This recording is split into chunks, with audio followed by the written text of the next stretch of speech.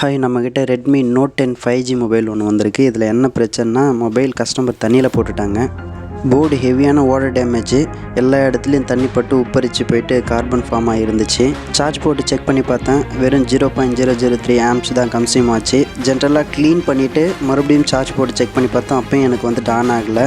VPH volt up and டவுனாக இருந்துச்சு, ஸ்டேபிளாக இல்லை. என்னென்னு செக் பண்ணி பார்த்ததில் VPH போகக்கூடிய 1 ohms ரெசிஸ்டர் வந்துட்டு டேமேஜ் ஆச்சு. அதை ரிமூவ் பண்ணிவிட்டு 1 ohms ரெசிஸ்டருக்கு வந்துட்டு நம்ம ஜம்பர் அடித்தாவே போதுமானது. அதனால் ஒரு ஜம்பர் மட்டும் அடிச்சுட்டு போர்டை க்ளீன் பண்ணிவிட்டு பேட்டரியை ப்ளக்இன் பண்ணி பார்த்தேன். பேட்டரியில் சுத்தமாக சார்ஜ் இல்லை. அதனால் பேட்டரியை ரிமூவ் பண்ணி பூஸ்ட் பண்ணிவிட்டு மறுபடியும் ஒன்ஸு போர்டில் போட்டு ஃபிக்ஸ் பண்ணி பார்த்தேன். மொபைல் எனக்கு வந்துட்டு ஆன் ஆகிடுச்சு.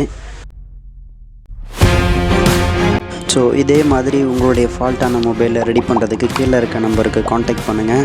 பெஸ்ட்டாக பண்ணித்தரேன். தேங்க்யூ.